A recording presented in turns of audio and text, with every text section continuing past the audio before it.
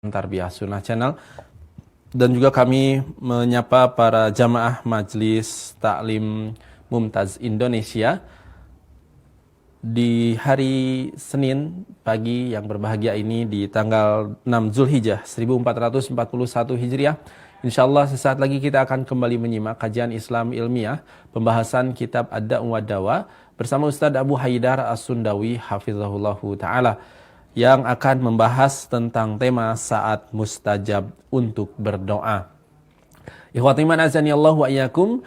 Bagi antum yang akan bertanya bisa melalui line telepon langsung di nomor 02286862637 atau melalui pesan singkat ke nomor 081122714776 di sesi tanya jawab nanti. Dan alhamdulillah Al-Ustadz sudah bersama kami di studio Tarbiyah Sunnah Media di Kampung Lembur Tengah, Desa Selacau, Kecamatan Batu Jajar, Kabupaten Bandung Barat. Mari kita langsung saja simak kajian Islam ilmiah di pagi hari ini. Kami segenap kru yang bertugas mengucapkan selamat menyimak, dan kepada Al-Ustadz Abu Haidar As-Sundawi hafizahullahu ta'ala kami persilakan falyatafaddal mashkura. Bismillahirrahmanirrahim. Assalamualaikum warahmatullahi wabarakatuh. Alhamdulillahilladzi anzala sakinata fi qulubil mu'minin liyazdadu imanan ma'a imanihim. Walillahi junudus samawati wal ard wa kana Allahu aliman hakima. Wa ashhadu an la ilaha illallah wahdahu la syarika lah wa ashhadu anna Muhammadan abduhu wa rasuluh. Ya ayyuhalladzina amanu taqullaha haqqa tuqatih wa la tamutunna illa wa antum muslimun wa ba'd. Para jamaah Majelis Taklim Mumtaz Indonesia di mana saja Anda berada, juga para pendengar Radio Tarbiyah Sunnah Bandung dan radio-radio lain yang tergabung ke dalam grup kajian bersama di mana saja Anda berada, juga para pemirsa TV manapun yang ikut menyiarkan kajian kita ini, dan para netizen melalui akun dan media sosial apapun dimanapun Anda berada. Alhamdulillah kembali kita berjumpa melanjutkan kajian kitab Ad-Da' wa Dawa. Kemarin kita sudah membahas hal yang berkaitan dengan obat. Salah satunya adalah doa. Doa adalah obat. Termasuk Al-Quran, semuanya adalah obat. Nah, agar doa menjadi obat, ada beberapa perkara yang harus diperhatikan. Salah satunya adalah adab. Kita sudah terangkan salah satu adab ketika berdoa adalah al-ilhah. Ilhah itu ngeyel.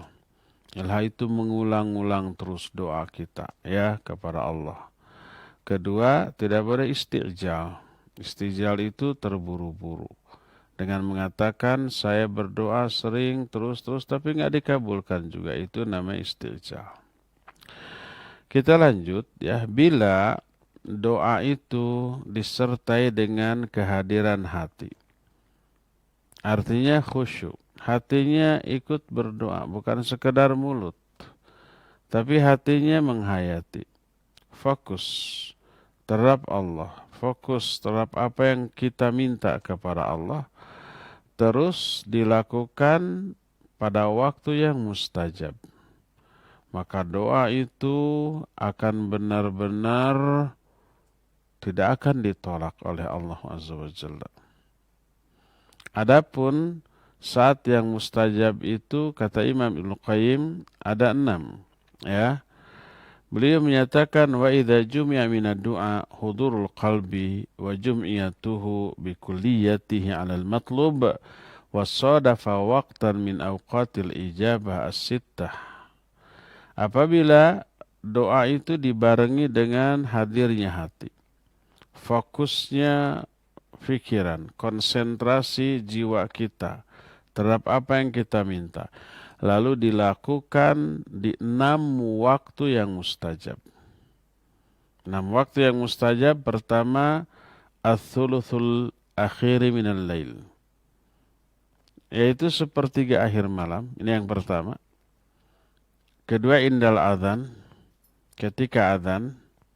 Keempat, wa bainal adzan wal iqamah, antara azan dan qomat. Kelima, wa adbaris salawatil maktubat. Di akhir atau seusai solat-solat yang fardu, solat yang wajib. Dan ketika imam naik minbar sampai solat Jumat selesai ditunaikan dan di akhir waktu ba'da asar di hari Jumat. Itulah beberapa waktu yang mustajab untuk berdoa. Ya, sekali lagi yang pertama adalah sepertiga akhir malam. Kedua ketika azan. Ketiga antara azan dan iqamat. Terus yang keempatnya seusai sholat fardu. Setelah sholat fardu, assalamualaikum kanan, assalamualaikum kiri, lalu wirid. Nanti selesai wirid ada doa. Itu doa yang mustajab. Kelimanya ketika imam naik ke atas mimbar sampai sholat selesai ditunaikan. Dan yang terakhir yang keenamnya adalah saat-saat akhir menjelang maghrib ba'da asar di hari Jumat.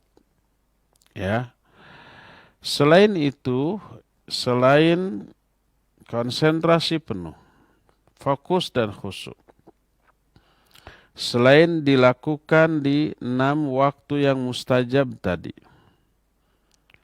terus wasadafa khusyu'an fil qalb wan kisaran baina yaday rabb wa dhillatan lahu wa tadarru'an wa riqah. Disertai dengan kekhusyuan, dengan merasa hina, merasa rendah, dengan kepekaan hati, terus menghadap ke kiblat. Terus diupayakan berada di atas kondisi suci. Suci dari hadas, suci dari najis. Kemudian angkat kedua tangan menengadah ke langit. Kemudian memulai doanya itu dengan hamdalah. Memuji Allah dan menyanjungnya. Lalu dahului juga ikuti setelah menyanjung Allah itu dengan bersolawat kepada Nabi SAW. Kemudian didahului oleh taubat dan istighfar. Kemudian barulah masuk kepada inti doa kita. Terus mengulang-ulang ilhah di dalam meminta. Dipenuhi, dibarengi dengan H2C2. Harap-harap, cemas-cemas. Dan tawasul kepada nama-nama dan sifat Allah serta tauhid kepadanya. Ini kiat agar doa kita itu dikabul oleh Allah Subhanahu wa ta'ala. Apa kiatnya? Pertama, lakukan di waktu yang mustajab, 6 waktu tadi. Kedua, rendahkan diri kita, hinakan diri kita di hadapan Allah. Ketiga, menghadaplah ke arah kiblat. Keempatnya, upayakan berwudu terlebih dahulu sebelum berdoa. Kelimanya, angkat kedua tangan kita. Keenam, pas mulai berdoa, mulailah dengan syahadat, menyanjung hamdalah, menyanjung Allah Azza wa Jalla dengan pujian-pujian yang layak bagi keagungan dan kekuasaan Allah. Setelah memuji Allah, baru salawat dulu kepada Nabi SAW. Lalu sebelum berdoa, taubat, istighfar, mengakui dosa-dosa kita terlebih dahulu. Baru setelah itu masuk ke inti doa kita. Dan ketika berdoa meminta, ulang-ulang doa itu berkali-kali. Barengi dengan harap-harap cemas. Berharap doa itu dikabul, cemas juga kalau nggak dikabul. Terus sebut al-asmaul husna dan tauhidullah. La ilaha illallah, tahlil, sebut asmaul husna. Dan itu yang disebut dengan tawassul terhadap asmaul husna. Wa qaddama baina yaday du'ahi shadaqah. Kalau bisa, sebelum berdoa awali dulu dengan infak dan sedekah. Maka kata Imam Ibnu Qayyim, fa inna hadha du'a la yakadu yuraddu abadan. Doa yang seperti ini memenuhi kriteria yang tadi hampir-hampir tidak mungkin ditolak. Alias pasti diijabah. Jadi sebelum berdoa coba infak dulu. Apakah harus pergi keluar bawa uang? Nggak perlu. Sekarang ada transfer. Infak sedekah umpamanya untuk fisabilillah. Siapa yang sedang membangun masjid? Siapa mana panitia pembangunan pondok pesantren? Mana yayasan yang memang bergerak di jalan Allah untuk dakwah menyebarkan ajaran Allah Azza wa Jalla? Infak sedekah. Mana nomor rekeningnya? Tak, transfer. Kan bisa ya? Nah, jamaah sekalian, kita di Selasau tuh sekarang sedang membangun pondok pesantren tuh. Yang bangunan sekarang insya Allah 2 pekan lagi selesai, kita lanjut ke bangunan berikutnya. Tahun depan harus sudah mulai. Masih butuh donasi, ayo transfer dulu sebelum berdoa. Nitip iklan jadi nanti. Apa-apa. Iklan fisabilillah, ajakan. Ya. Jadi doa seperti nyaris tidak akan ditolak oleh Allah Azza wa Jalla. Plus satu lagi. Wala siyama in sadafal adiyah allati akhbaran Nabi sallallahu alaihi wasallam. Annaha madhannatul ijabah. Au annaha mutadamminatun li ismil a'zam.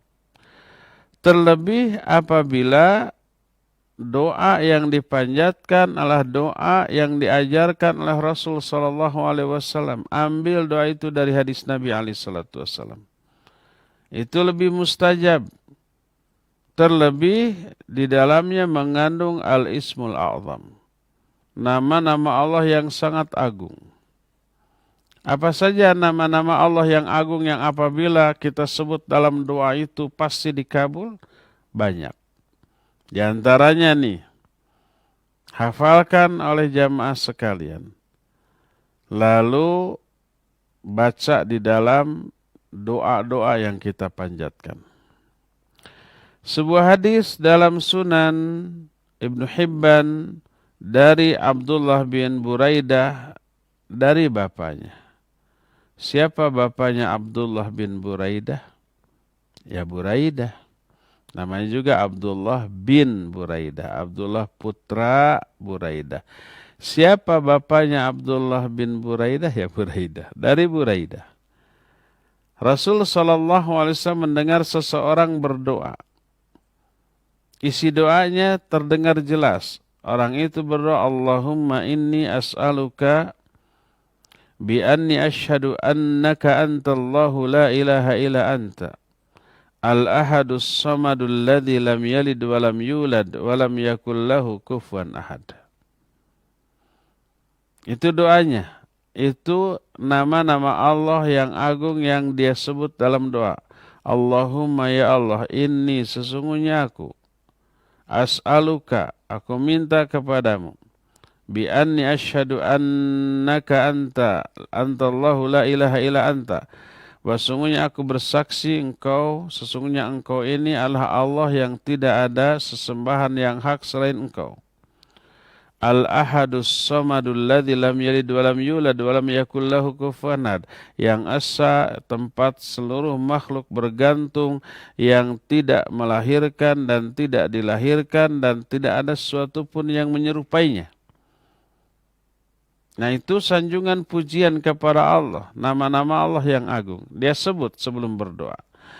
Berkatalah Nabi SAW, laqad sa'alallaha bil ismil a'zam alladhi idha su'ila bihi a'ta wa idha du'iya bihi ajab. Kata Nabi SAW, orang ini sungguh telah meminta kepada Allah dengan menyebut nama Allah yang teragung, yang apabila seorang hamba berdoa dengan menyebut nama ini pasti Allah akan beri, dan apabila seseorang berdoa dengan menyebut nama ini pasti akan diijabah. Itu tuh yang pertama. Hadis ini juga diriwayatkan Imam Abu Daud, At-Tirmidzi, juga Imam Ibnu Majah dan Imam Ahmad, Imam Ibnu Abi Syaibah dan Al-Hakim, dan berkata Asy-Syaikh Abdul Hasan Al-Maqdisi rahimahullah wa huwa isnadun la mat'ana fihi wa la a'lamu annahu ruwiya bihadzal bab haditsun ajwad isnadan minhu. Sanad hadis ini tidak ada cacat, tidak ada celah. Aku tidak mengetahui ada satu hadis pun dalam bab ini yang lebih baik sanadnya daripada hadis ini. Di dalam lafaz lain Nabi SAW bersabda, laqad sa'altallaha biismihil azam. Engkau telah meminta kepada Allah dengan menyebut nama Allah yang paling agung. Tuh hafalkan. Allahumma inni as'aluka bi anni ashhadu annaka antallahu la ilaha illa anta al-ahadus samadul ladzi lam yalid wa lam yulad wa lam yakul lahu kufuwan ahad. Itu apa hafalkan? Baca dalam doa sebelum kita berdoa. Ini yang pertama. Kedua, dalam Sunan Ibnu Hibban dari Anas bin Malik, annahu kana ma'a Rasulillah sallallahu alaihi wasallam jalisan. Saat itu Anas bin Malik sedang bersama-sama Nabi sallallahu alaihi wasallam duduk-duduk. Wa rajulun yusalli thumma da'a. Ada orang yang salat, lalu setelah salat dia berdoa. Gimana isi doanya? Allahumma inni as'aluka bi anna lakal hamdu la ilaha illa antal mannanu badi'us samawati wal ard ya dzal jalali wal ikram ya hayyu ya qayyum. Orang itu sebelum berdoanya menyanjung Allah dengan kalimat sanjungan seperti barusan. Allahumma ya Allah, inni as'aluka, sungguhnya aku minta kepada engkau, bi anna lakal hamdu, karena sungguhnya bagimulah segala puji. La ilaha illa anta, tidak ada sembahan yang hak selain engkau. Al-Mannan, engkau itu Al-Mannan.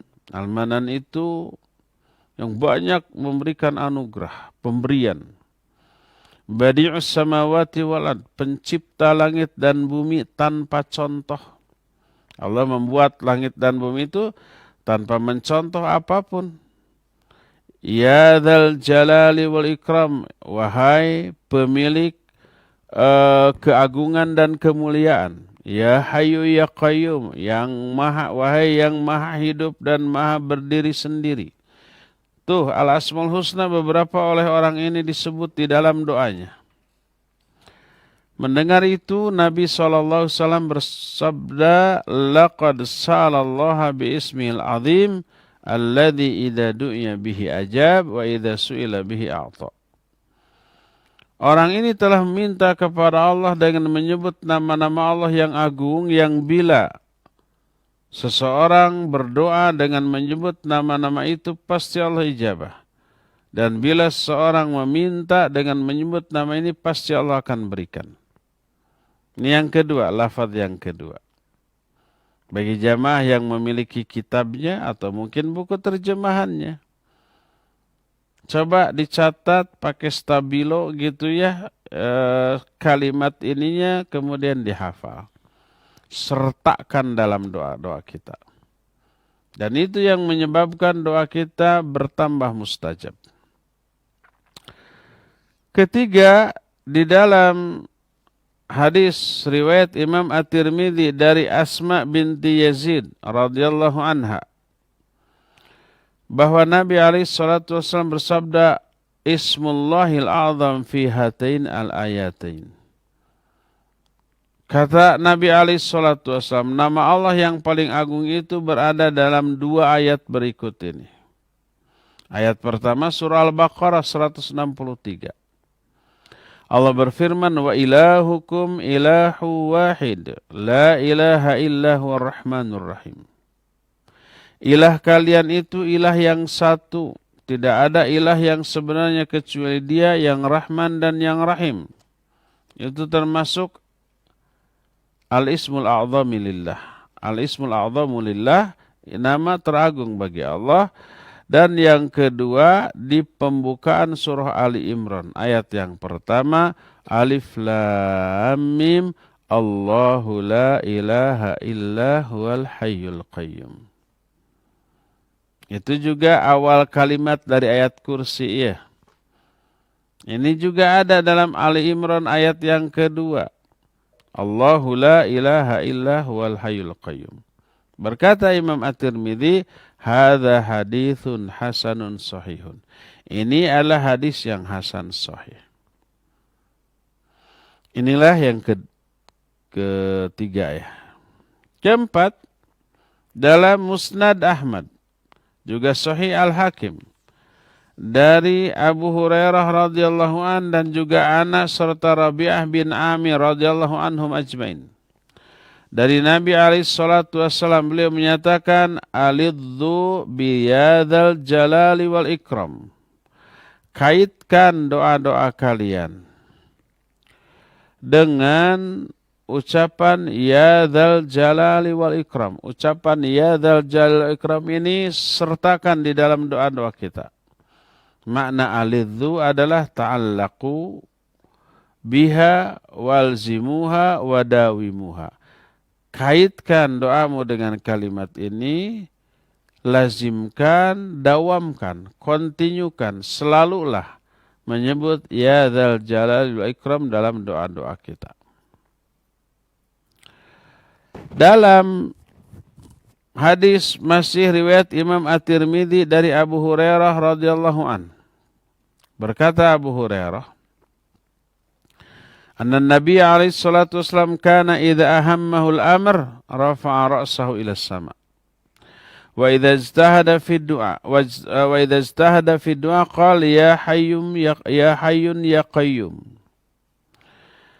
Kata Abu Hurairah, Nabi SAW kalau beliau memiliki satu urusan, beliau suka menengadahkan kepalanya ke langit dan bersungguh-sungguh dalam berdoa. Dan ketika beliau bersungguh-sungguh dalam berdoa, selalu menyertakan ya hayyu ya qayyum, ya hayyun ya qayyum. Wahai yang maha hidup, wahai yang maha berdiri sendiri. Hayyun, maha hidup dengan kehidupan yang sempurna yang tidak ada kekurangan. Kalau kita sekarang hidup, tapi banyak kekurangannya. Salah satu kekurangannya hidup kita berawal dari tidak ada dan akan berakhir dengan kematian. Semua kita pasti mati, ya sempurna.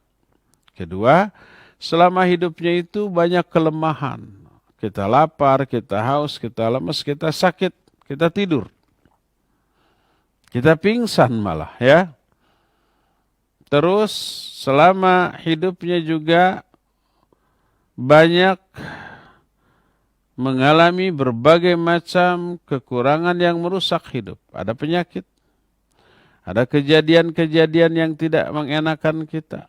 Pokoknya mah hidup kita mah banyak kekurangan dan banyak aibnya, banyak rusaknya, banyak cacatnya.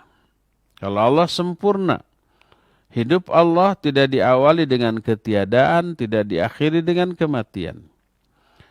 Selama hidupnya Allah Subhanahu wa ta'ala tidak mengalami kekurangan apapun. Tidak pernah bete, bosan, tidak tidur, tidak ngantuk, tidak lelah, tidak pernah dimadaratkan oleh sesuatu pun, dan seterusnya. Kehidupan yang sangat sempurna. Ya Qayyum, yang maha berdiri sendiri. Yang ghaniyun 'anil alamin, tidak membutuhkan apapun dari seluruh makhluknya ini. Ya Hayyun ya Qayyum adalah dua al-asmaul husna bagi Allah yang apabila disebut di dalam doa menyebabkan doa itu dikabul oleh Allah Subhanahu wa taala.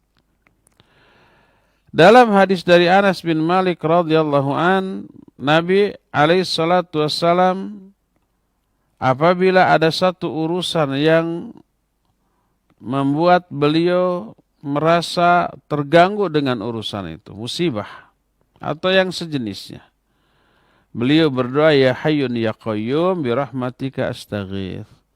Wahai yang maha hidup, wahai yang maha berdiri sendiri, dengan rahmatmu aku meminta pertolongan.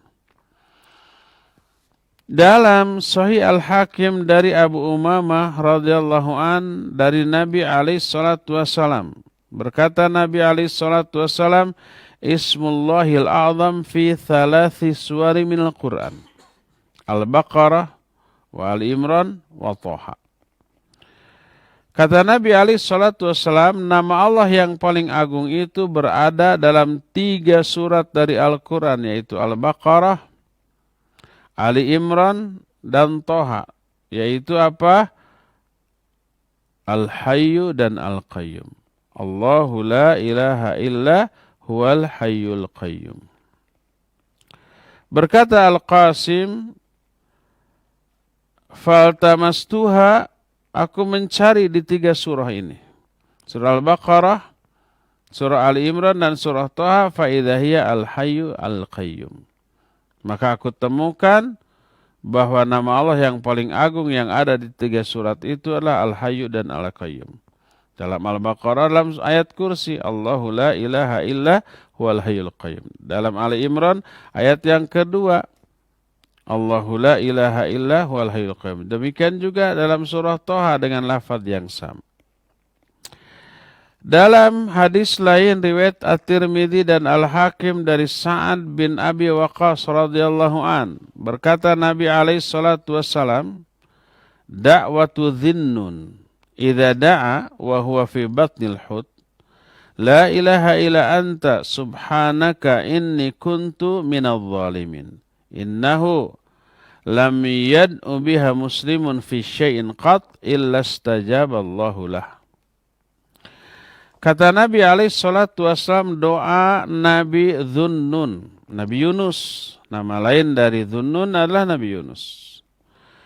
Doa Nabi Yunus, Nabi Dhunnun ketika berdoa dalam keadaan beliau berada di perut ikan. Apa doanya? Tauhid dulu, ya, bertasbih dulu, kemudian mengakui kezaliman diri. Beliau berdoa, la ilaha illa anta subhanaka inni kuntu minadh dhalimin. La ilaha illa anta, tidak ada sesembahan yang hak selain engkau ya Allah. Subhanaka, maha suci engkau.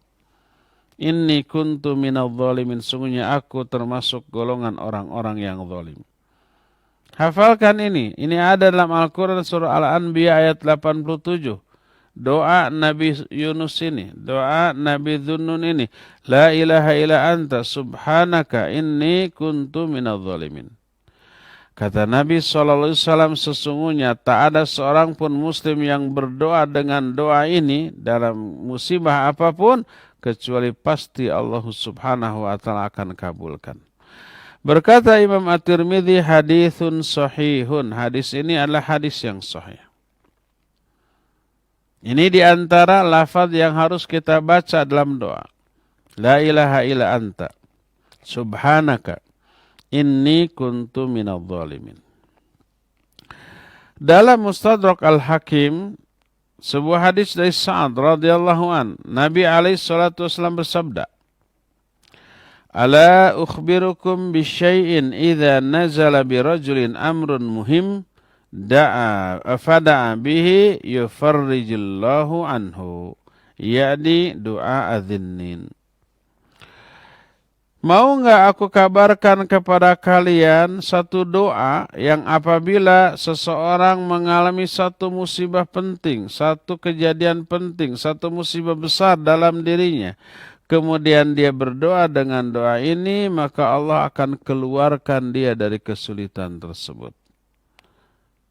Doanya adalah doa Nabi Dhunnun tadi. Mengatakan la ilaha illa anta Subhanaka inni kuntu minadh dhalimin.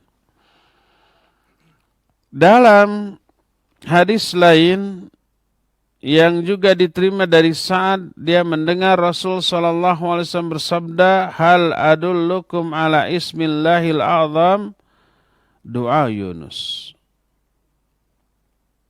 Kata Sa'ad, Rasul sallallahu alaihi wasallam bersabda, "Mau enggak aku tunjukkan kepada kalian tentang nama Allah yang paling agung?" Yaitu doa Nabi Yunus. Qala rajulun ya Rasulullah hal kanat li Yunus khasah. Ada seorang yang bertanya, wahai Rasulullah, apakah doa ini khusus mujarab bagi Nabi Yunus saja? Spesial bagi beliau saja? Berkatalah atau menjawablah Nabi sallallahu alaihi wasallam, ala tasma'u qawlahu ta'ala fastajabna lahu wa najjaynahu minal gham wa kadzalika nunjil mu'minin. Apa kamu tidak mendengar firman Allah yang terdapat dalam ayat selanjutnya dari surah Al-Anbiya ini? Itu kan tadi surah Al-Anbiya ayat 87. Di ayat 88-nya Allah menyatakan fastajabna lahu, kami ijabah bagi Nabi Yunus. Wa najjaynahu minal gham, dan kami selamatkan dia dari kesulitan. Wa kadzalika nunjil mu'minin, demikian pula kami akan menyelamatkan orang-orang mukmin kalau mereka berdoa dengan doa ini. Jadi berlaku umum, ya. Lalu Nabi SAW bersabda, fa ayyuma muslim da'a biha fi maradihi arba'ina marrah famata fi maradihi dzalika u'tiya ajra syahidin wa in bara'a maghfuran lahu. Ini hebatnya doa ini, ya. Kata Nabi SAW, muslim mana saja yang berdoa dengan doa Nabi Yunus ketika sakitnya selama 40 kali. Ketika sakit baca ini 40 kali. La ilaha illa anta, subhanaka, inni kuntu minadh dhalimin. 40 kali baca. Ya, ketika sakit, maka bila dia mati karena sakitnya akan diberikan kepadanya pahala seperti pahala orang yang mati syahid. Dan bila sembuh, dia sembuh dalam keadaan terampuni dosa-dosanya. Makanya jamaah sekalian, mungkin di antara jamaah ada yang sakit. Syafahullah, syafahallah, ya.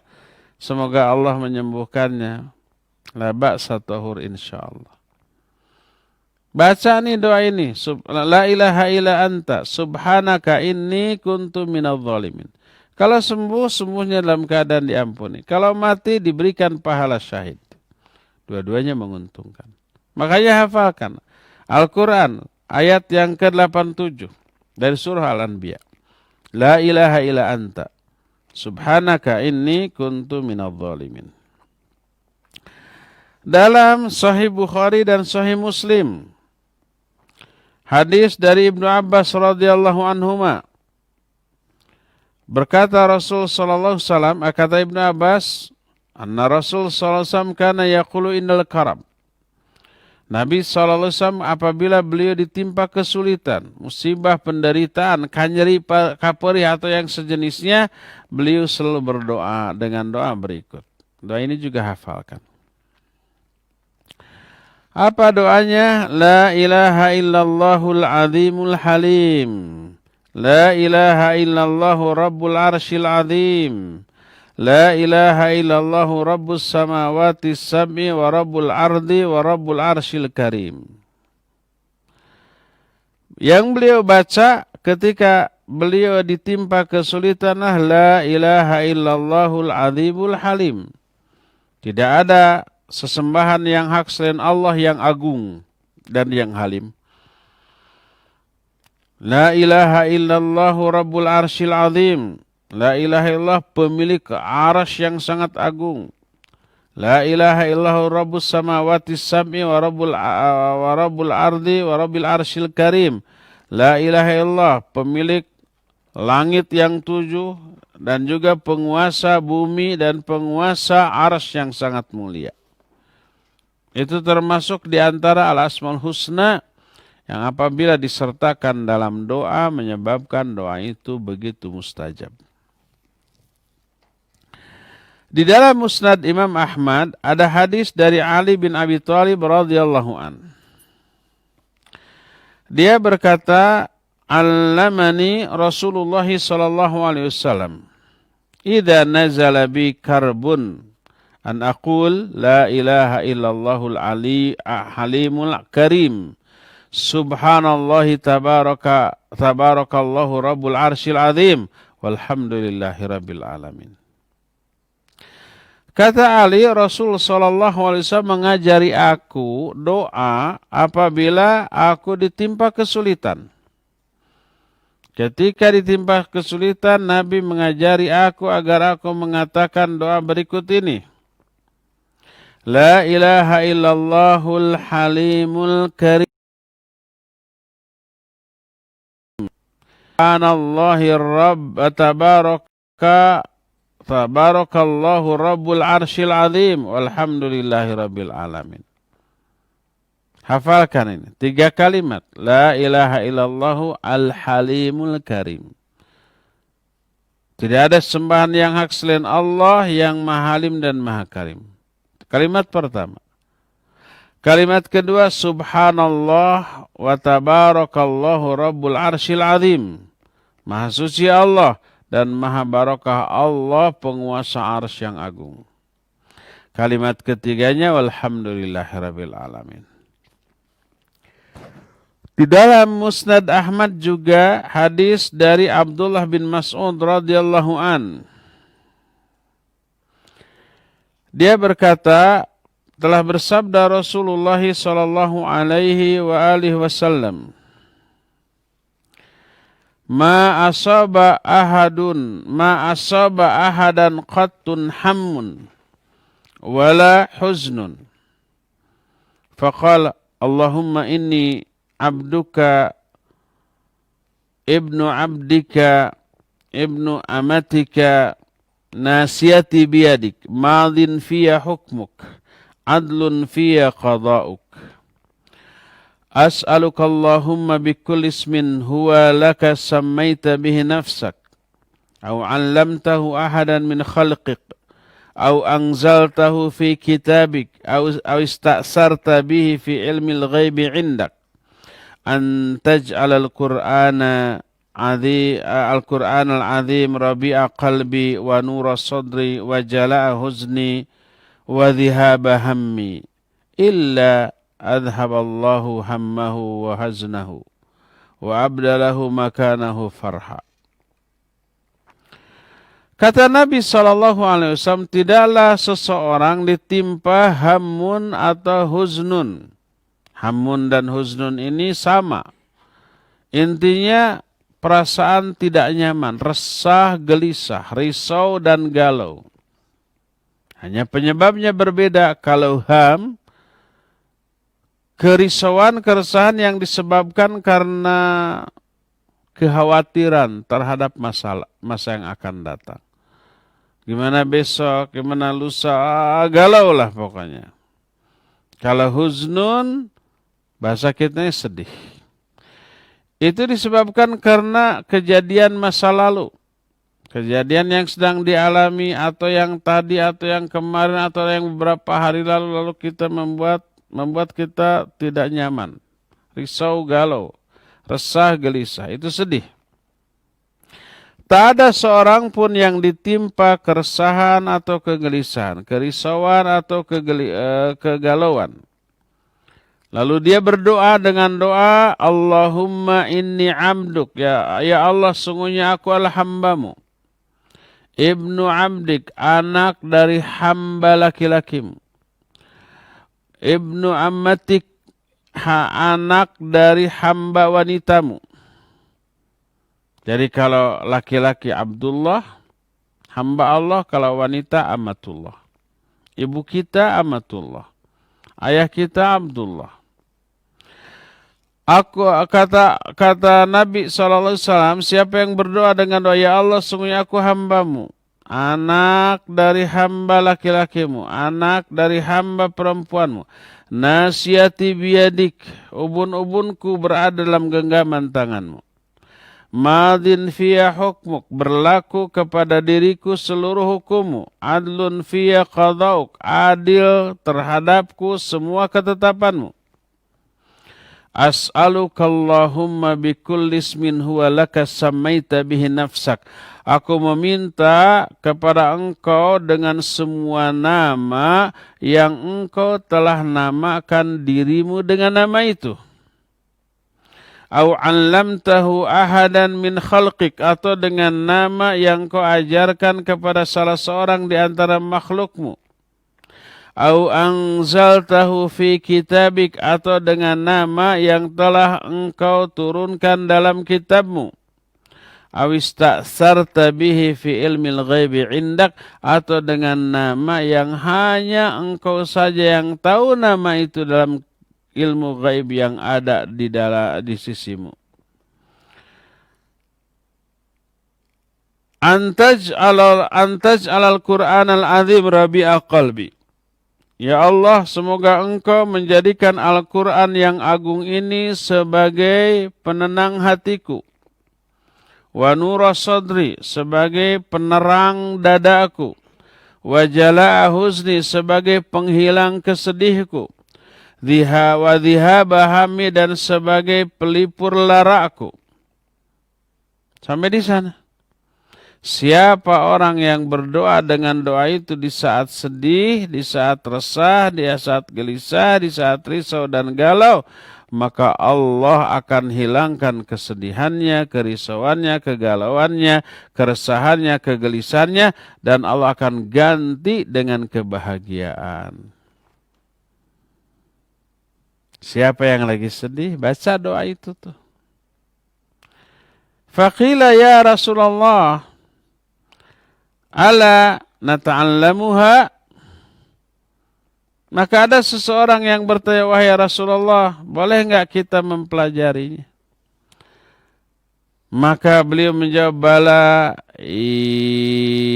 bagi liman sami'aha ayata'allamaha. Ya, tentu saja boleh. Hendaklah setiap orang yang mendengarnya mempelajarinya, menghafalkannya, menghayatinya, meyakini kebenaran isinya. Berkata Abdullah bin Mas'ud, ma karaba nabiyyun minal anbiya illa istaghatha bitasbih. Tak ada seorang pun nabi yang mengalami kesulitan, penderitaan, kecuali beliau beristighatsah, minta pertolongan kepada Allah dengan tasbih. Nah, itu adalah beberapa Al-Ismul Azam, atau apa namanya, nama-nama Allah yang agung, termasuk Al-Asmaul Husna. Al-Asmaul Husna yang apabila kita sebut di dalam doa-doa kita, menyebabkan doa-doa kita itu dikabul oleh Allah Subhanahu wa ta'ala. Ada sebuah kisah yang diterangkan oleh Imam Ibnu Abid Dunya dalam kitab Al-Mujabina fid Du'a. Orang-orang yang doa-doanya dikabul oleh Allah Subhanahu wa ta'ala. Sebuah riwayat dari Hasan, dari Anas bin Malik, dia berkata, kana rajulun min ashabin Nabi sallallahu alaihi wasallam min al-Ansar yukanna Abu Mi'laq wa kana tajiran yattajiru bimalin lahu wa li ghairihi yadribu bihi fil afaq wa kana nasikan wari'an fa kharaja marrah falaqiyahu lassun muqanna'un fis silah faqala lahu dha'ma ma'ak fa inni qatiluk. Qal ma turid min dammi sya'nuka bil mal. Qal ammal mal fali walastu uridu illa dammak. Qal amma idza abaita fadharni usolli 4 rakaat. Qal salli ma badalak. Fatawadda'a thumma shalla 4 rakaat. Fakana min du'aihi fi akhir sajdah an qal ya wadud ya dzal arsyil majid ya fa'alla lima yurid as'aluka bi'izzika alladhi la yuramu wa mulkika alladhi la yudamu wa binurika alladhi mala'a arkana arsyik an takfiyani syarra hadzal lus. Ya Mughith, aghithni. Ya Mughith, aghithni 3 marrat. Fa idza huwa bi farisin qad aqbala biyadihi kharbah qad wada'aha baina udunai farasih falamma basura bihi las aqbala nahwahu fata'anahu faqatalahu. Thumma aqbala ilahi faqala qum. Faqultu man anta bi abi anta wa ummi faqad aghathani Allahu bikal yaum. Faqala ana malakun min ahli sama'ir rabi'ah da'auta bi du'aikal awwal sami'tu li abwabis sama' qa'qa'atan thumma da'auta bi du'aika tsani fasami'tu li ahli sama' dijjatan. ثم دعوت بدعائك الثالث فقيل لي هذا دعاء مكروب فسألت الله أن يوليني قتله. قال الحسن فمن توضع وصلى 4 ركعات ودعا بهذا الدعاء استجيب له مكروبا كان أو غير مكروب. Ada seorang sahabat Nabi SAW bangsa Ansor yang dikunyahi dengan kunyah Abu Mi'laq. Bapaknya Mi'laq. Nama aslinya bukan Abu Mi'laq. Kunyahnya, dia seorang yang tajir. Maksudnya tajir itu pedagang. Kalau sekarang bahasa kita tajir itu maknanya apa? Kayak dia tajir gitu. Padahal yang ngelapak di pinggir jalan juga itu tajir itu. Artinya pedagang. Yang apa namanya, yang pedagang asongan, cangcimen gitu ya. Itu juga tajir. Dagang cangcimen. Cangcimen naon? Kuaci permen. Oh, kacang kuaci permen. Singkatan toh. Sedengar-dengarnya. Cangcimen, kacang kuaci permen. Itu tajir itu. Dia pedagang yang membawa hartanya, harta dia dan harta orang lain. Dia suka berkelana ke sana kemari, membawa dagangan. Dan dia ahli ibadah yang wara. Suatu saat dia keluar. Dia bertemu dengan seorang pencuri atau perampok yang bawa senjata. Si perampok ini berkata, letakkan hartamu. Saya akan bunuh kamu. Orang ini menjawab, kamu tidak menginginkan darah saya. Yang kamu inginkan hanya harta saya. Kenapa kamu mau membunuh saya? Dia menjawab, adapun hartanya memang untuk saya. Tapi saya ingin membunuhmu. Walastu uridu ila dam, maka aku tidak menginginkan apapun kecuali darahmu. Setelah dibunuh, hartanya pasti diambil. Maka orang ini menjawab, kalau kamu enggan, tidak mau mengambil hanya harta saja, kamu ingin terus juga membunuh saya, maka biarkan saya sholat dulu 4 rakaat. Dia bilang, sholatlah semau kamu. Orang ini wudu, lalu sholat 4 rakaat. Dan di akhir sujudnya, sujud terakhir dia berkata, wahai Wadud, ya Wadud, itu nama Allah. Wahai pemilik arsy yang sangat terpuji, wahai Zat yang maha melaksanakan apapun yang diinginkannya, Aku meminta kepadamu dengan keagunganmu yang tidak ada tandingnya, yang tidak pernah berkurang, dengan kerajaanmu yang tidak pernah runtuh, tidak pernah berkurang, juga dengan cahayamu yang memenuhi seluruh tiang-tiang arsy-Mu. Selamatkan aku dari kejahatan perampok ini. Wahai Mughith. Mughith itu yang memberikan pertolongan. Aghithni. Ya Mughith, aghithni, ya Mughith, aghithni. 3 kali. Tiba-tiba ada penunggang kuda datang. Di tangannya itu ada tombak. Tombaknya itu disimpan di antara kedua telinga dari kuda yang ditungganginya. Ketika orang ini, penunggang kuda ini melihat perampok tersebut, dia pun berlari ke arah perampok itu, kemudian menusuknya dan membunuh perampok ini. Kemudian dia menghadap atau datang kepada orang ini. Lalu dia berkata, bangun kamu. Aku bertanya, man anta bi abi anta wa ummi, siapa engkau? Bi abi anta wa ummi. Makna bi abi anta wa ummi bukan demi engkau, demi ayahku, demi ibuku, bukan. Bi abi anta wa ummi artinya ayah dan ibuku menjadi tebusan bagimu. Ini bukan sumpah kepada selain Allah. Faqad aghathani Allahu bik. Allah telah menolong aku melalui diri engkau pada hari ini. Orang ini menjawab, aku adalah malaikat yang menghuni langit keempat. Engkau berdoa dengan doamu yang pertama. Maka aku mendengar pintu-pintu langit itu berguncang.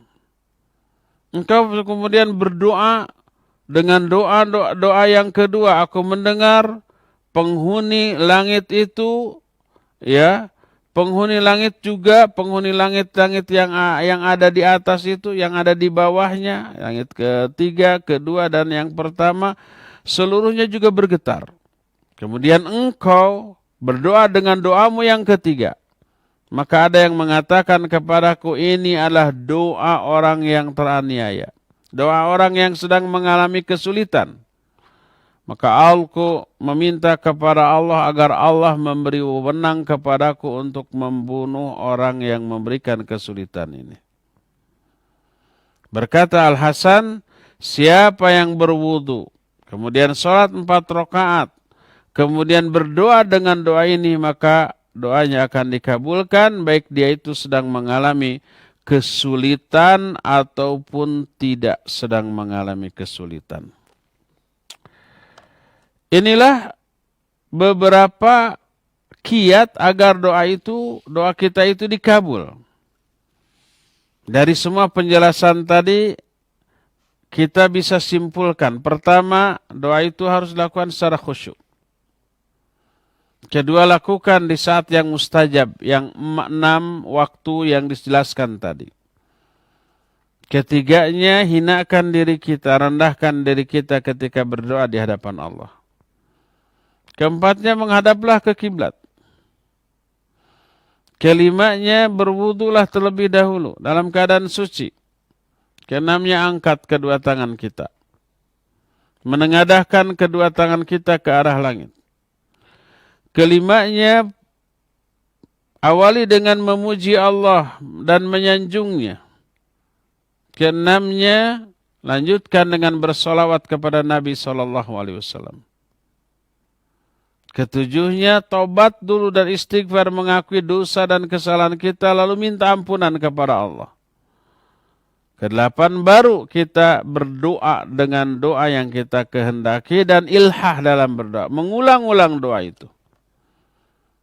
Kesembilan, upayakan lakukan dulu amal soleh apapun. Infak, sedekah, baca Quran, atau amal lainnya yang Allah subhanahu wa ta'ala syariatkan.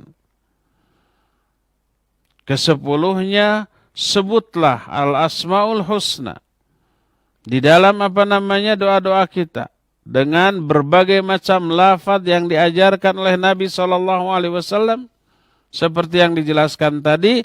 Dan yang ke-11-nya, upayakan doa yang kita panjatkan doa yang diambil dari contoh doa Nabi SAW. Siapa yang berdoa dengan doa demikian, nyaris ini doa tidak akan ditolak oleh Allah Subhanahu wa taala alias akan dikabul, ya. Inilah kiat-kiat agar doa itu dikabul oleh Allah Subhanahu wa taala. Ya, kita cukupkan sampai di sini saja. Nanti untuk yang akan datang kita akan membahas tentang rahasia doa. Ada apa di balik doa kita akan bahas, ya. Sekarang kita masuki sesi tanya jawab, dan kepada Cepi dipersilakan untuk memandu tanya jawab dengan pendengar dan pemirsa. Wassallallahu ala nabiyina Muhammadin wa ala alihi wasallam. Mangga. Ya, syukran Ustaz atas pemaparan materi di pagi hari ini. Dan kami mengundang kepada para pendengar dan pemirsa juga jamaah Majelis Taklim Mumtaz Indonesia yang saat ini sedang menyimak, silakan bisa mengirimkan pertanyaan melalui line telepon atau bisa bertanya langsung melalui line telepon di nomor 02286862637. Sekali lagi, antum bisa bertanya langsung kepada Ustadz melalui line telepon di nomor 02286862637 atau melalui pesan singkat ke nomor 0811-227-1476. Baik, sudah ada penelpon yang masuk. Silakan. Assalamualaikum warahmatullahi wabarakatuh. Waalaikumsalam warahmatullahi wabarakatuh. Pak Ustaz, saya mau tanya, karena banyaknya doa itu tadi sampai sekian berdoa dengan doa ini yang saya perhatikan. Apakah boleh kita mengambil salah satu atau dua? Contohnya, ya Hayyum, la ilaha anta subhanaka kuntu minadz dzalimin, atau ya Rahman, ya Rahim, ya Malik, ya Qudus, ya Salam, ya Hayyum. Sekian, assalamualaikum warahmatullahi wabarakatuh. Waalaikumsalam warahmatullahi wabarakatuh. Iya, Pak Mulyono di Margahayu, Bandung. Barakallahu fiik. Iya, yang dijelaskan tadi beberapa contoh. Tidak harus semuanya disebut. Boleh salah satu di antaranya, boleh salah dua, salah tiga. Boleh dua di antara, boleh tiga di antara, boleh hanya salah satu, ya. Kalau kita lebih banyak nama Allah yang kita sebut dalam doa kita, lebih bagus, lebih mujarab, lebih afdal, tapi minimal salah satu di antara beberapa al-asmaul husna yang tadi diterangkan. Boleh Pak Mulyono, ya, wallahu alam. Ya, silakan lagi. Syukran Ustadz atas jawaban dari pertanyaan dari Pak Mulyono. Kita beralih ke Ibu Yati di Melong Green, ya. Beliau bertanya, Ustadz, kalau berdoa setelah sholat sunnah, misalnya duha, katanya tidak, apakah mustajab Ustadz? Syukron, jazakumullahu khairan. Silakan. Berdoa setelah sholat duha. Ya.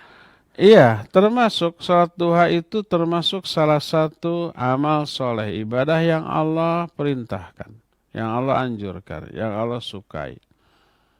Dan siapa orang yang melakukan amal soleh lalu berdoa, itu lebih makbul doanya daripada tidak diawali oleh amal soleh apapun. Apapun bentuk amal solehnya. Tadi saya sudah bilang sholat dulu, ya. Apapun sholatnya, ya. Baik sholat syukrul wudu, sholat tahiyatul masjid, sholat duha, sholat tahajud. Lalu kemudian kita berdoa seusai sholat itu. Itu termasuk yang menunjang dikabulkannya doa kita, ya. Wallahu alam. Silakan. Atas jawabannya. Kita beralih ke penanya berikutnya dari Ummu Hanifah. Beliau bertanya, Assalamualaikum warahmatullahi wabarakatuh. Ustadz, bacaan doa apa saja ketika menjelang akan lahiran? Syukran Ustadz. Wassalamualaikum warahmatullahi wabarakatuh. Silakan. Maksudnya ibu yang lagi hamil, lagi Menunggu apa? kelahiran mungkin. Menunggu kelahiran ya. Tidak ada doa khusus. Silakan saja berdoa bebas, minta dilancarkan kelahirannya oleh Allah Subhanahu wa taala, minta agar anaknya jadi soleh dan solihah ya. Tidak ada doa khusus. Wallahu a'lam. Kita beralih kepada penelpon. Silakan, sudah ada yang masuk. Assalamualaikum warahmatullahi wabarakatuh. Waalaikumsalam warahmatullahi wabarakatuh. Dengan Ibu siapa di mana? Ibu Irma, Ustaz di Bandung. Baik, Mangga, silakan Bu Ibu. Irma. Ustaz, maaf mau tanya, bedanya antara afu dengan gofur apa Ustaz? Itu aja pertanyaan saya. Hatur nuhun. Assalamualaikum warahmatullahi wabarakatuh. Waalaikumsalam warahmatullahi wabarakatuh. Iya. Apa bedanya al-afu dengan al-ghafur? Itu sudah dibahas al-afu dan al-ghafur waktu hari Selasa atau besok ya? Besok. Besok, Bu. Besok hari Selasa membahas al-afu, al-ghafur atau wab. Atau sudah gitu? Belum ya? Iya. Besok dibahas ya. Jadi kita besok membahas salah satu al-asmaul husna, al-afu, al-ghafur, al-ghaffar, dan at-tawwab. 4 langsung ya. Nah, apa perbedaannya al-afu sama al-ghafur? Iya.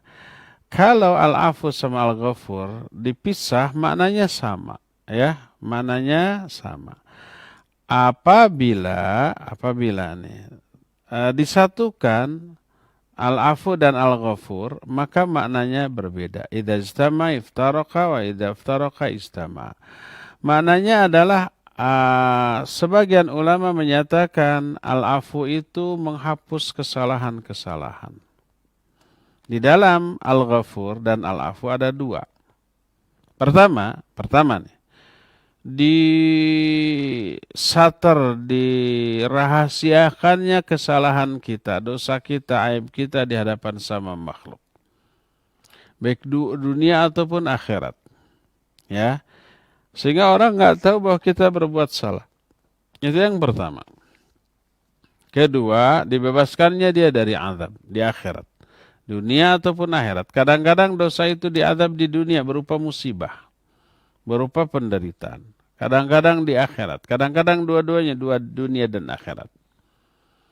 Nah, kalau seseorang berdosa lalu taubat, maka oleh Allah dosanya akan ditutup, dirahasiakan dunia ataupun akhirat.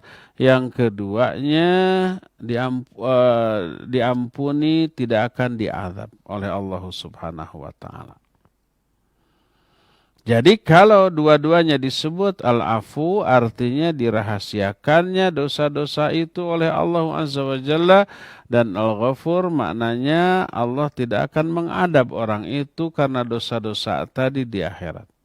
Penyebab dirahasiakan dan diampuninya dosa orang itu karena mungkin tobat, mungkin melakukan kebaikan-kebaikan yang bisa menghapus dosa itu atau mengundang turunnya maghfirah dari Allah Subhanahu wa taala ya. Lebih rincinya lagi insyaallah besok. Wallahu a'lam. Silakan. Syukran Ustaz atas jawabannya. Kita kembali kepada penelpon. Ya, silakan, sudah ada yang masuk. Silakan. Pak Dudung nih. Halo. Assalamualaikum warahmatullahi Waalaikumsalam. wabarakatuh. Ustaz, Ya, siapa Pak? Di mana? Anda dengan Rizky, Ustaz, di jalan ini teh. Ya, silakan Kang Rizky. Assalamualaikum. Ustaz, Anda mau bertanya, nama anak saya kebetulan Muhammad Albar, Ustaz. Muhammad Albar, lahirnya 5 tahun yang lalu sebelum Anda sama istri kenal dakwah sunnah gitu. Apa ini penamaan Muhammad Albarnya ini apa perlu diganti Ustadz? Soalnya Anda beberapa kali tanya ke beberapa sumber, nggak ada yang gamblang menjelaskan apa perlu diganti, wajib diganti, haram penggunaan Albar itu sendiri gitu Ustadz. Apakah termasuk salah satu dari nama Allah si Albarnya ini Ustadz? Iya. Begitu Ustadz, terima kasih banyak. Syukran, jazakallahu khairan. Wa jazakallahu khairan. Iya. Siapa Rizky di jalan lagi nyetir ya, hati-hati ya, Titi DJ, Dedi Dores, jangan sampai lalai kemudian nyenggol. Pertanyaan Albar, Muhammad Al-Bar. Mana Al-Bar adalah yang melakukan banyak kebaikan. Dan itu adalah salah satu di antara nama Allah ya. Al-Bar itu maknanya adalah zat yang melakukan banyak kebaikan dengan kebaikan yang tidak terbatas. Dan itu nanti kita juga akan bahas dalam fikih al-asmaul husna. Termasuk salah satu di antara nama Allah yang dikhususkan bagi dirinya. Adapun makhluk ada yang banyak melakukan kebaikan dengan kualitas yang banyak seperti malaikat tidak disebut dengan al-bar, tapi disebutnya dengan bararah. Bararah kiramim bararah. Kita sudah bahas makna kiram yang maha mulia. Bararah adalah yang banyak melakukan kebaikan-kebaikan. Dan itu adalah sifat malaikat karena memang kebaikannya tidak terbatas. Adapun orang ya disebut dengan sebutan abrar, jamaknya bar. Allah Azza wa Jalla dalam Al-Quran menyatakan innal abrara lafi na'im. Sesungguhnya orang abrar. Abrar itu jamak dari bar. Dan ini salah satu di antara sifat bagi orang yang banyak melakukan kebaikan. Dan sifat ini oleh Allah Subhanahu wa taala juga ditujukan kepada makhluk. Jadi ada nama-nama bagi Allah Azza wa Jalla yang oleh Allah sendiri diterapkan kepada makhluk dan menunjukkan itu boleh.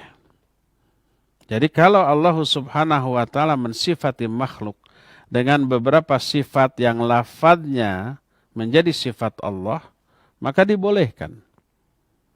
Seperti contohnya Aziz,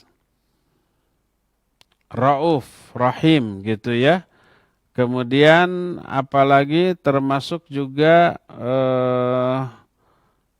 apa yang disebutkan oleh Allah dalam Al-Quran, Azizun alaihi ma'anittum, harisun alaikum, bil mu'minina raufur rahim.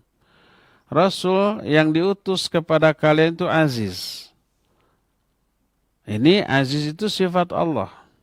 Tapi Allah terapkan kepada makhluk, kepada Nabi SAW. Berarti boleh enggak memberikan nama aziz kepada makhluk? Boleh. Kepada manusia. Sebab Nabi pun disebut dengan sebutan aziz. Azizun alaihi ma'anitum. Sangat aziz, berat. Bagi diri Rasul, penderitaan yang kalian alami. Harisun alaikum. Sangat bersungguh-sungguh dalam memberikan kebaikan kepada kalian. Bil mu'minina raufur rahim, dan kepada orang mukmin, kepada sama mukmin rauf dan rahim.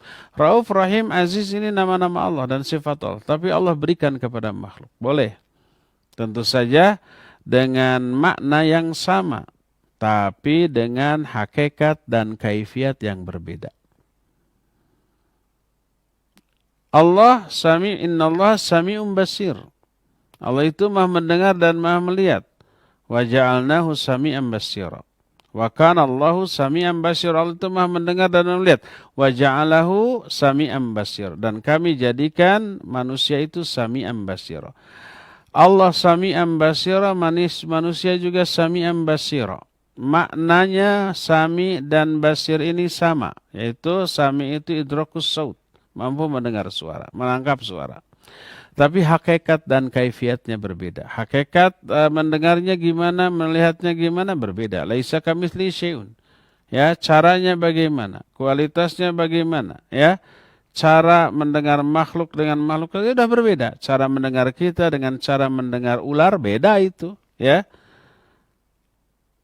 Apalagi makhluk dengan khalik. Walaupun makna mendengarnya yaitu idrakus saut, mampu menangkap suara, maknanya sama begitu. Cuma hakikat dan kaifiat laisa kamitslihi syai'un. Jadi abrar jamak dari bar itu Allah tujukan kepada makhluk. Innal abrara lafi naim. Dan itu menunjukkan dibolehkannya. seorang makhluk disifati dinamai dengan nama itu tidak apa-apa, ya. Muhammad Albar. Wallahu a'lam bishawab. Silakan. Ya, baik, syukran Ustadz atas jawabannya. Kita kembali ke penanya melalui line telepon. Ya, silakan. Assalamualaikum Ustaz. Waalaikumsalam. Waalaikumsalam warahmatullahi wabarakatuh. Dengan Ibu siapa di mana? Dengan Ibu Ina di Cimahi Ustaz. Ya, Bu Ina, silakan.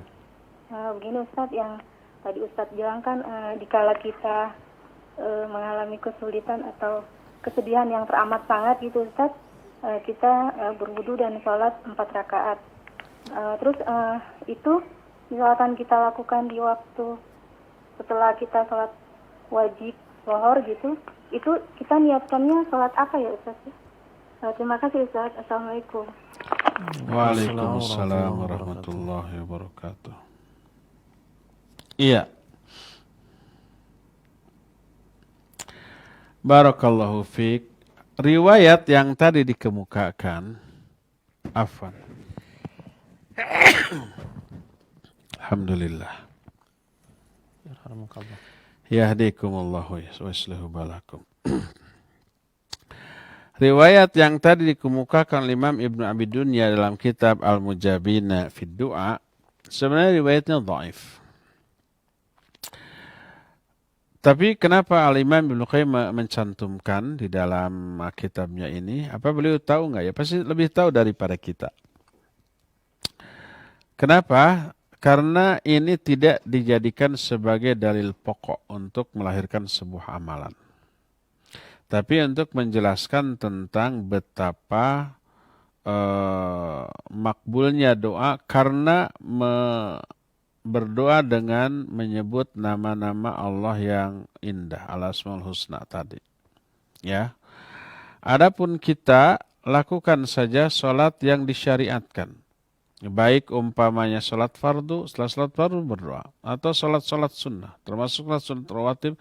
Termasuk kalau ini saat ini jam segini tidak ada sholat apapun. Silakan sholat syukrul wudu. Berwudu lalu sholat syukrul wudu 2 rakaat. Setelah itu barulah berdoa kepada Allah dengan mengangkat kedua tangan. Ya. Adapun di sini dikatakan 4 rakaat. Ini sholat apa? Sebab sholat sunat 4 rakaat di sini samar. Sholat apa? Tidak diketahui. Apakah sholat zuhur kah? Sholat asar kah? Jadi ada kemungkinan dia sholat 4 rakaat itu mungkin sholat fardu. Sholat zuhur atau sholat asar. Karena saat itu berbetulan dengan datangnya waktu sholat duhur atau mungkin sholat asar. Adapun kalau umpamanya tidak di waktu-waktu sholat fardu, boleh melakukan sholat sunat yang jumlah rakaatnya sesuai dengan jenis sholat sunat yang kita akan lakukan. Kalau umpamanya tidak ada, silakan sholat syukrul wudu atau sholat mutlak, ya, 2 rakaat. Kemudian setelah itu berdoa kepada Allah Subhanahu wa Ta'ala. Ya, lebih utama kalau sholat sunnah itu yang muayyanah, seperti sholat duha, kemudian kita berdoa, atau sholat tahajud malam-malam, setelah itu kita berdoa, atau bahkan yang terutama sholat fardu, seusai sholat fardu kita berdoa, itu lebih makbul, ya, insyaallah. Wallahu a'lam. Baik. Terakhir ya. Baik Ustadz, kita ke pertanyaan terakhir yang dari Abu Ukasyah di Pacet. Assalamualaikum Ustadz. Semoga Ustadz dipanjangkan umur dalam kebaikan Ustadz. Amin wa iyyakum. Ketika sujud kita diperintahkan banyak berdoa karena sedekat-dekat hamba dengan Robnya, yaitu ketika sujud. Apakah doa masalah boleh juga? Karena kalau doa masalah itu memakai bahasa sendiri. Jazakallahu khairan. Assalamualaikum warahmatullahi wabarakatuh. Waalaikumsalam warahmatullahi wabarakatuh. Iya. Yang dimaksud dianjurkan berdoa ketika sujud memang doa masalah. Doa masalah adalah doa yang isinya permintaan secara lisan. Seperti ya Allah, Allahumma rizukni, ya, umpamanya. Ya Allah berikan saya rizki. Itu doa masalah. Silakan diungkapkan di dalam sujud, di dalam sholat. Ya, semau kita. Nah, sekarang boleh enggak berdoa di dalam sujud dengan bahasa selain Arab? Bahasa kita, ya. bahasa Sunda, bahasa Indonesia, bahasa Jawa, bahasa apapun yang kita fahami. Boleh apa tidak? Ulama ikhtilaf. Tapi Imam Ahmad dalam kitab Masail Imam Ahmad di dalam sholat tidak boleh ada bahasa ajam. Bahasa ajam itu bahasa selain Arab. Termasuk di dalam berdoa ketika sujud. Ya, ini pendapat yang pertama. Pendapat yang kedua menyatakan boleh.